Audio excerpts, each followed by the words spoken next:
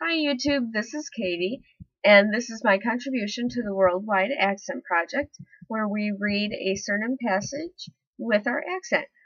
I am from the South Chicagoland area. I've lived here for 23 years, and I have what has been considered the typical South Chicagoan Midwestern accent. So, here we go.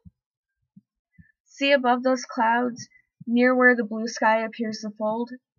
Some say it is the entrance to the floating isles, where pirates still rule the air and dragons choose to live.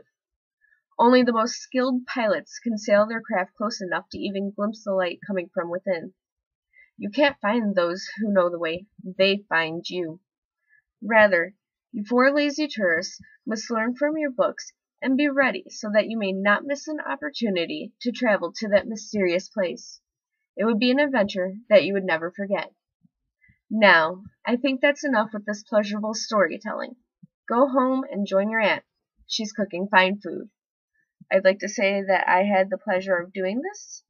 It took me 20 tries, but it's up here. And I hope that more people participate. I'd love to hear more accents. So have a good time with this, and bye.